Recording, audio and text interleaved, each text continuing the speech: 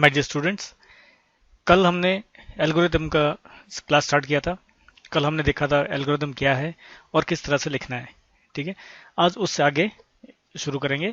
शुरू करने से पहले मैंने आप सबको रिक्वेस्ट है, प्लीज सब्सक्राइब करिएगा और शेयर भी करिएगा, और जो नए हैं सब्सक्राइब जरूर करिएगा और बेल आइकन पे हिट करिएगा ताकि मेरा आने वाले वीडियोस जो भी हैं उसके अपडेट्स आपको मिलता रहेगा साथ साथ। ठीक है, चलते हैं, शुरू करते हैं।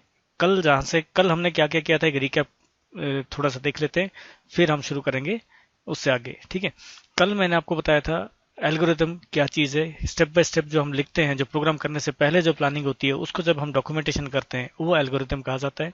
ठीक है, एल्गोरिथम के अंदर हम स्टेप्स लिखते हैं, कौन सा स्टेप पहले होगा, कौन सा बाद में होगा, उसके बाद कैसा होगा। एक सीक्वेंस ऑर्डर में हम उन सारी चीज़ों को पहले लिखते हैं, प्लान करते हैं, फिर प्रोग्रामिंग में कोडिंग करते हैं। ठीक है, अब कल मैंने एक टास्क दिया था जो कि था how to write an algorithm for making a cup of coffee और टी।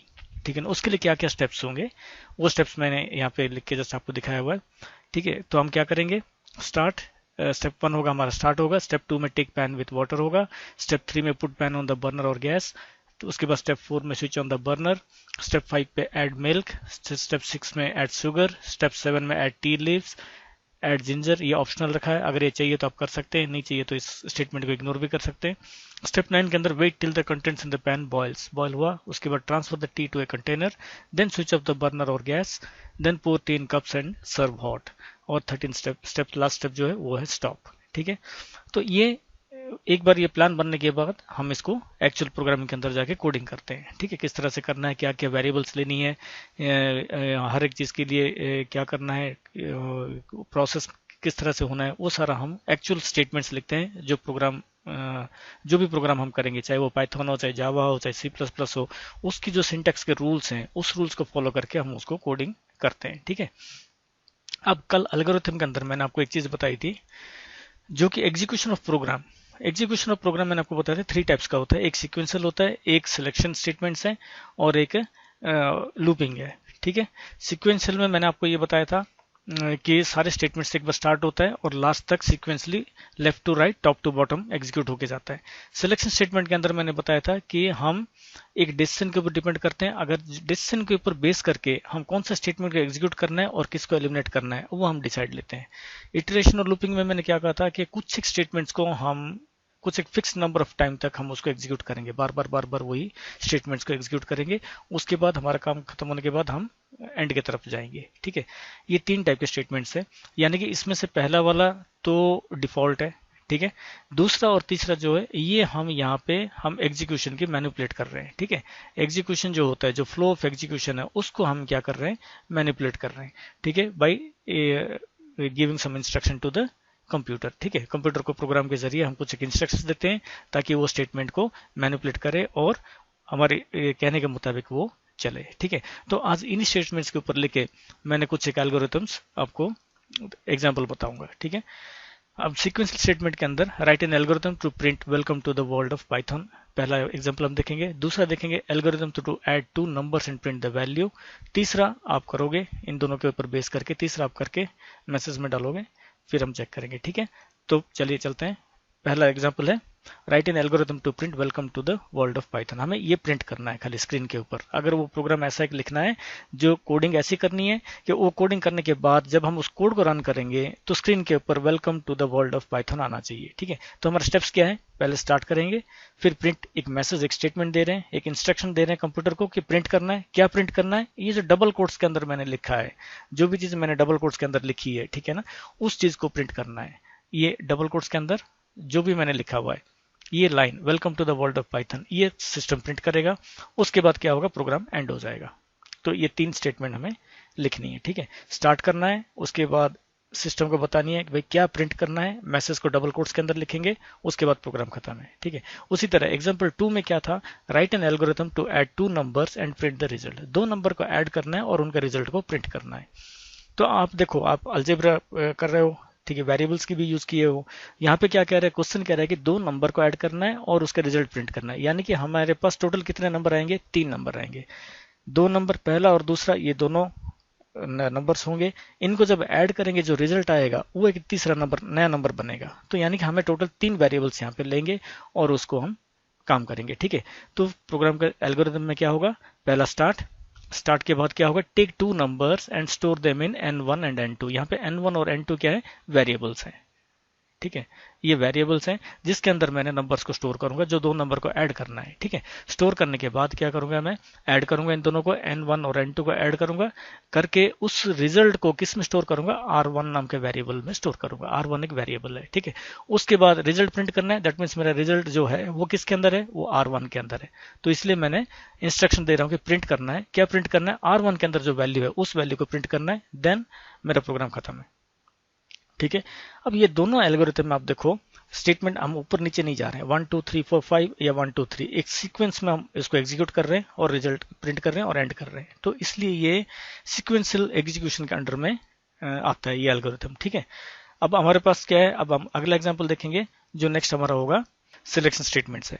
सिलेक्शन स्टेटमेंट में पहला एग्जाम्पल क्या है, write an algorithm to check to obtain a driving licence or not. ठीक है, यहाँ पे रह गया चेक टू ऑब्टेन होगा। ठीक है,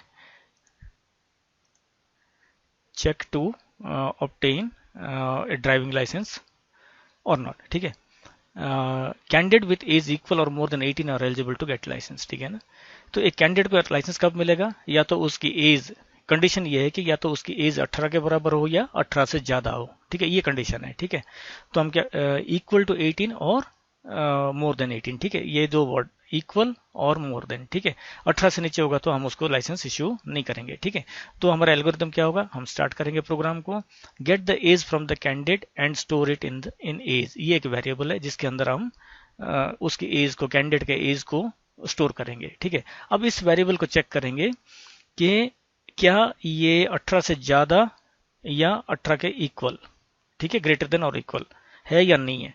अगर है तो क्या करेगा प्रोग्राम, स्टेप 4 पे जाएगा। स्टेप 4 कौन सा है, ये वाला है। स्टेप 4 में जाके क्या करेगा, eligible to apply for licence, ये स्टेटमेंट प्रिंट करेगा। ठीक है, प्रिंट, क्योंकि हम प्रिंट कमांड यूज कर रहे हैं तो ये स्टेटमेंट प्रिंट करेगा। प्रिंट करने के बाद कहां जाएगा, गो टू स्टेप 6। स्टेप 6 क्या है, एंड कर जाएगा। ठीक है, यहां आ जाएगा, यहां से यहां आएगा। ठीक है, दैट मीन्स इस स्टेटमेंट को इग्नोर कर रहा है, ये स्टेटमेंट एग्जीक्यूट नहीं होगा अगर एज की वैल्यू 18 से ज्यादा या 18 के बराबर होगा। तो अगर नहीं है तो एल्स में आएगा। एल्स में क्या कर रहा है, गो टू स्टेप 5।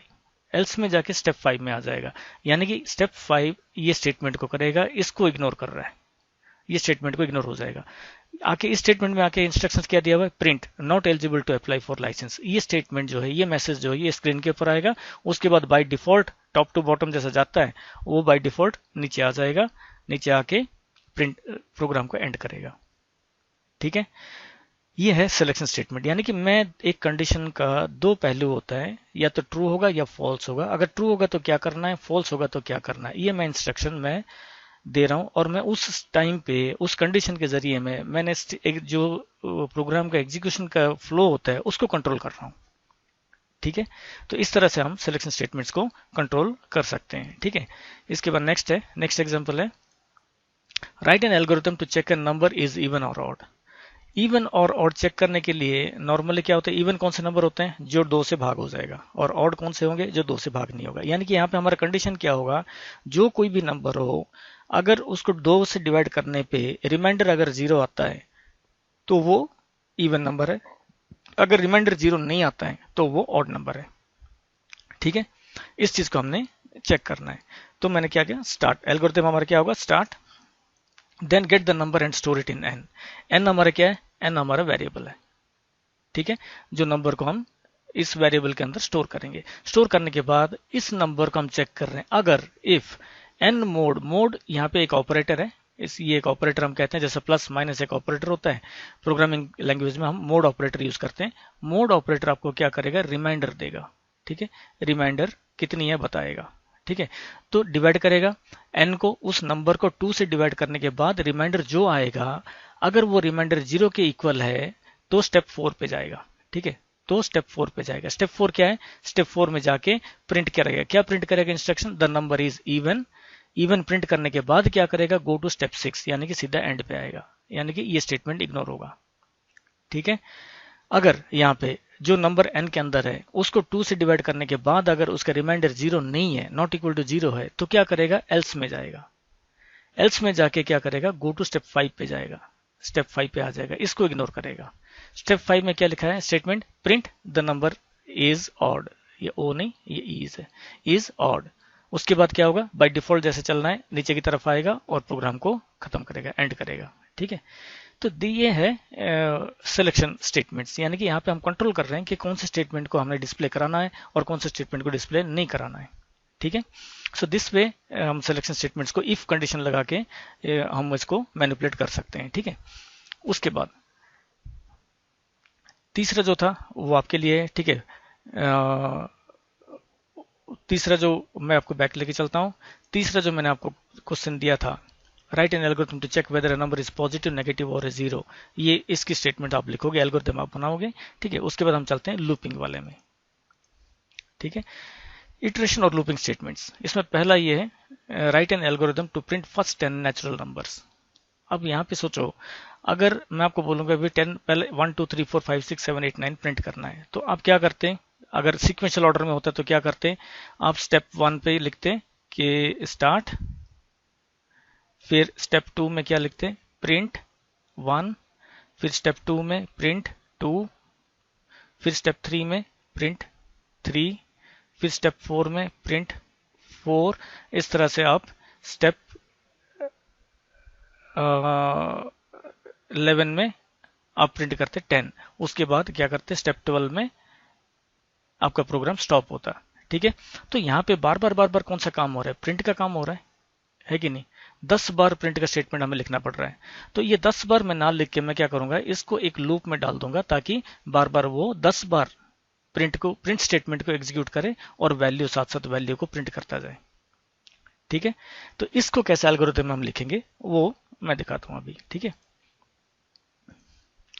अब देखिए, write an algorithm to print first 10 natural numbers. तो मैंने क्या करा, पहले स्टार्ट किया प्रोग्राम को, प्रोग्राम स्टार्ट करने के बाद क्या किया मैंने, स्टोर 1, जो वैल्यू 1 है इसको मैंने स्टोर किया किसमें, एक वेरिएबल में। कौन सी वेरिएबल, आई वैल्यू है। ठीक है, ये एक वेरिएबल है, ये एक वेरिएबल है जो आई है वैल्यू।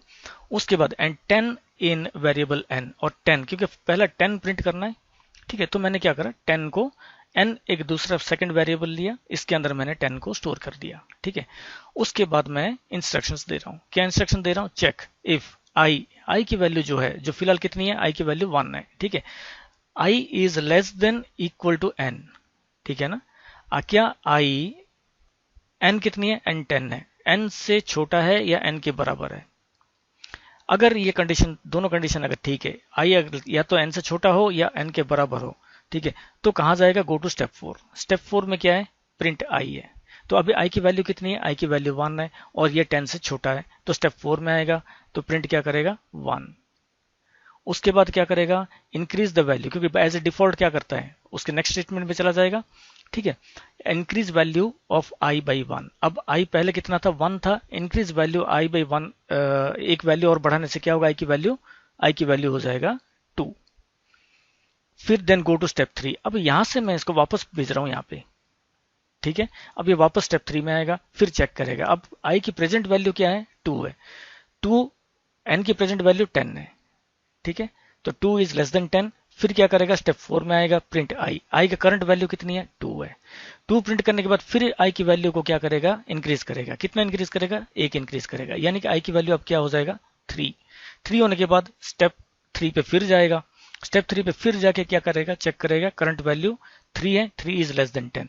इस तरह से ये बार बार स्टेप 3 में आता जाएगा, कब तक, जब तक ये 9 10 तक प्रिंट नहीं करता। ठीक है, 10 प्रिंट करने के बाद क्या होगा, increase value of I by 1, यानी कि 10 प्लस 1 होके ये कितना हो जाएगा, आई की वैल्यू 11 हो जाएगा यहाँ पे। ठीक है, आई की वैल्यू 11 होने के बाद रूल के हिसाब से ये देन गो टू स्टेप 3 पे वापस जाएगा, 11 पे भी जाएगा वापस, क्योंकि बाहर नहीं आया हुआ है। ठीक है, 11 पे वापस जाने के बाद यहाँ पे जब चेक करेगा, यहाँ पे आई की वैल्यू 11 हो चुका है। अब देखो ये कंडीशन गलत हो रहा है। ठीक है, 11 ना एन से छोटा है ना एन के बराबर है। ठीक है, जब यहाँ पे कंडीशन फॉल्स हुआ तो क्या करेगा, ये यहां से सीधा एल्स में जाएगा, एल्स में जब जाएगा तो क्या इसको इंस्ट्रक्शंस मिल रहा है, गो टू स्टेप 7, सीधा स्टेप 7 में आएगा और प्रोग्राम को खत्म करेगा। ठीक है। इस जो लूपिंग स्टेटमेंट है ये मैं 10 बार कंट्रोल कर रहा हूं एक पर्टिकुलर ग्रुप ऑफ स्टेटमेंट्स को। ठीक है, एक पर्टिकुलर सीक्वेंस ऑफ स्टेटमेंट्स को मैं 10 बार कंट्रोल कर रहा हूं ताकि मेरा प्रिंट स्टेटमेंट मैं सिर्फ प्रिंट एक बार लिखाऊं पर ये 10 बार प्रिंट कर रहा है, क्योंकि जब तक ये कंडीशन हमारा सही है, ठीक है ना, फुलफिल कर रहा है, तब तक ये 3 स्टेटमेंट्स 1 2 3 ये 3 चलते रहेंगे, बार बार चलते रहेंगे।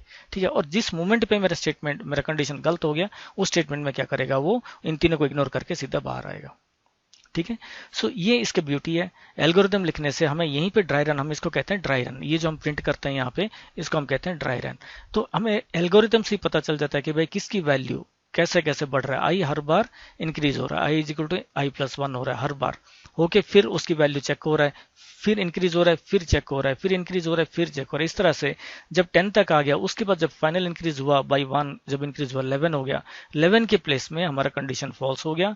कंडीशन फॉल्स होने के बाद क्या हुआ, ये प्रोग्राम को खत्म कर दिया। ठीक है, तो इस तरह से हम मैनिपुलेट करते हैं और ये हम देख के रिक्वायरमेंट, प्रोग्राम की रिक्वायरमेंट के हिसाब से या जो हमें टास्क दिया जाएगा उस टास्क के रिक्वायरमेंट के हिसाब से हम ये स्टेटमेंट्स को चुनते हैं, किस जगह पे कौन सा स्टेटमेंट लगाना है, किस जगह पे किस तरह से उसको मैनिपुलेट करना है, ये सारा आप सीखोगे प्रोग्रामिंग करने के टाइम पे। ठीक है, फिलहाल आप ये सीखो कि एल्गोरिदम में इन चीजों को कैसे लिखी जाती है और ऐसे लिखने से कितनी क्लैरिटी रहती है और हमारे ड्राई रन में क्या मदद मिलता है। ड्राई रन में हमें आंसर पता चल जाता है कि ये कितनी बार चलेगा और कहाँ पे जाके रुकेगा।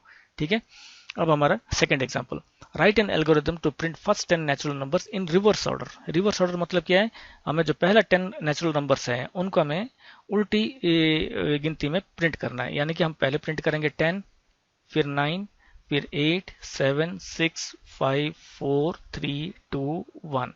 ठीक है, जीरो प्रिंट नहीं करना है। दैट मीन्स हमारा स्टार्ट प्रोग्राम कहां से होगा, स्टार्ट वैल्यू क्या होगा, स्टार्ट वैल्यू 10 से होगा और एंडिंग वैल्यू क्या होगा 1 पे।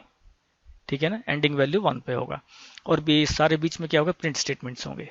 ठीक है, अब इसको कैसे करना है, देखो मैंने प्रोग्राम को स्टार्ट किया, स्टोर 10, मेरा स्टार्टिंग वैल्यू मुझे 10 चाहिए था तो मैंने क्या करा, 10 इन वेरिएबल आई, इसके अंदर मैंने 10 को स्टोर कर दिया, इसको इक्वल 10 पे रखा। 10 पे रखने के बाद मेरा कंडीशन क्या दिया हुआ है, देखो I is greater than equal to 1, greater than equal to 1। जब तक आई की वैल्यू 1 से ज्यादा या 1 के बराबर पे ना हो तब तक क्या करना है, अगर जब तक है तब तक क्या करेगा, स्टेप 4 पे जाएगा, नहीं तो स्टेप 7 पे चला जाएगा। ठीक है, हम पहले देखते हैं आई की वैल्यू 10 है, 10 is greater than equal to 1, ये कंडीशन सही है, ट्रू है, तो ये कहां जाएगा, स्टेप 4 पे जाएगा। 4 पे जाके क्या करेगा, आई प्रिंट करेगा, यानी कि 10 को प्रिंट कर दिया।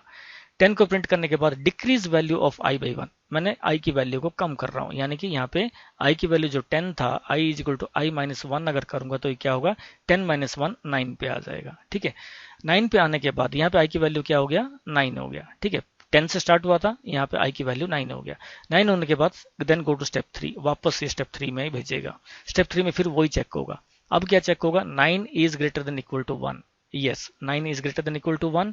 फिर क्या करेगा, फिर स्टेप 4 एग्जीक्यूट होगा, फिर ये एग्जीक्यूट करेगा, आई की वैल्यू प्रिंट करेगा, आई की वैल्यू कितनी है, 9 है, 9 प्रिंट करेगा। प्रिंट करने के बाद क्या करेगा, फिर decrease value of I by 1, फिर यहाँ पे 9 माइनस 1 करके इसको क्या करेगा, 8 करेगा। इस तरह से 8 7 वैल्यू डाउन करते करते 1 पे जाएगा। ठीक है, जब 1 प्रिंट कर देगा, ठीक है ना, 1 प्रिंट हो गया, यहाँ पे 1 प्रिंट हो गया। 1 प्रिंट होने के बाद decrease value of I by 1, यानी कि 1 माइनस 1 अगली बार क्या हो जाएगा, आई की वैल्यू 0 हो जाएगा। ठीक है, जब 0 हो गया देन गो टू स्टेप 3, ये स्टेप 3 पे जाएगा 0 को लेके। जब 0 को लेके गया, अब कंडीशन देखो, 0 is greater than equal to 1, ना 0 1 से बड़ा है ना 0 1 के इक्वल है। ठीक है, यहाँ पे कंडीशन फॉल्स हो गया। जब फॉल्स हो गया तो ये क्या करेगा, जाएगा सीधा एल्स की तरफ। अब एल्स में क्या लिखा हुआ है, गो टू स्टेप 7, यानी कि अब ये स्टेटमेंट नहीं होगा, ये भी नहीं होगा, ये भी नहीं होगा, अब सीधा ये जाएगा स्टेप 7 पे। ठीक है, और प्रोग्राम को एंड करेगा। ठीक है, तो ये चीज हम जब ये अगर प्लानिंग हम कर लेते हैं, इसके बाद हमारा ड्राई रन भी हमने कर लिया, हमने ड्राई रन करके भी देख लिया कि भाई हमारा जो हमने स्टेटमेंट्स लिखे हैं ये स्टेटमेंट बिल्कुल उस हिसाब से जो मांगा है, 10 नेचुरल नंबर्स को रिवर्स ऑर्डर में प्रिंट करना है, तो हम उस हिसाब से हम प्रिंट कर रहे हैं और प्रिंट भी हो रहा है, और जहां पे ब्लॉक करना है, जहां पे प्रोग्राम को खत्म करना है, वहां पे खत्म भी हो रहा है। ये कंफर्म होने के बाद हम इसको कोडिंग में डालेंगे। जब इसको प्रोग्राम में के अंदर हम लिखेंगे, चाहे वो जावा में हो, चाहे पाइथन में भी हो, चाहे C++ में, VB में, किसी में भी हो, तो ये यही चीज प्रिंट करेगा आपको। ठीक है, इसके बाद जो तीसरा है वो आपके लिए वर्क है, ठीक है। तो ये हो गया हमारा एल्गोरिदम का चैप्टर, ठीक है। एल्गोरिदम क्या है, एल्गोरिदम कैसे लिखना है, और जो सीक्वेंस, जो हमारे एग्जीक्यूशन ऑफ स्टेटमेंट्स हैं, उन स्टेटमेंट्स को एल्गोरिदम में कैसे डालना है, सीक्वेंशियल में स्ट्रेट फॉरवर्ड जो लेफ्ट टू राइट चलेगा, ऊपर से नीचे चलेगा, उन स्टेटमेंट्स को कैसे लिखना है। अगर सिलेक्शन स्टेटमेंट्स मुझे करना है तो मैं किस तरह से उसको मैनिपुलेट करूंगा, वो भी मैंने आपको एग्जाम्पल बताई है। उसके बाद लूपिंग के अंडर में कैसे स्टेटमेंट्स एग्जीक्यूट होगा, बार बार कैसे एग्जीक्यूट होगा, उसको स्टेटमेंट को हम बैक कैसे लेके जाएं, एग्जीक्यूशन को बैक कैसे लेके जाएं, फिर लेके आए कंडीशन, एक कंडीशन देके उस कंडीशन को कैसे हम सही तरीके से एग्जीक्यूट करना है, कंडीशन सही तरह से लगना है, ठीक है। अगर गलत कंडीशन लगेगा तो लूपिंग गलत हो जाएगी, गलत हो जाएगा तो इनफाइनाइट में चला जाएगा। मैंने आपको पहले बताया था there are two types of loops, एक फाइनाइट एक इनफाइनाइट। अगर इनफाइनाइट में चला गया तो आपका प्रोग्राम एग्जीक्यूट करता रहेगा, बंद नहीं होगा, ठीक है ना, तो वो नौबत ना है। सो दोस्तों, तो आज के लिए इतना है। कल हमारा स्टार्ट होगा algorithm, sorry flow chart. Flow chart के बाद हम प्रोग्रामिंग स्टार्ट करेंगे। फ्लो चार्ट में एक क्लास लगेगा हमारा फ्लो चार्ट का। फ्लो चार्ट के बाद हमारा प्रोग्रामिंग स्टार्ट होगा। प्रोग्रामिंग के अंदर मैं आपको बताऊंगा इंस्टॉलेशन कैसे करना है पाइथन को, और पाइथन को कैसे स्टार्ट करना है। सो जाने से पहले आप लोगों को एक बार वंस अगेन मेरा रिक्वेस्ट है, जिन्होंने सब्सक्राइब नहीं करी है प्लीज सब्सक्राइब करिए और शेयर भी करिए और बेल आइकन को जरूर हिट करिए। Thank you for watching.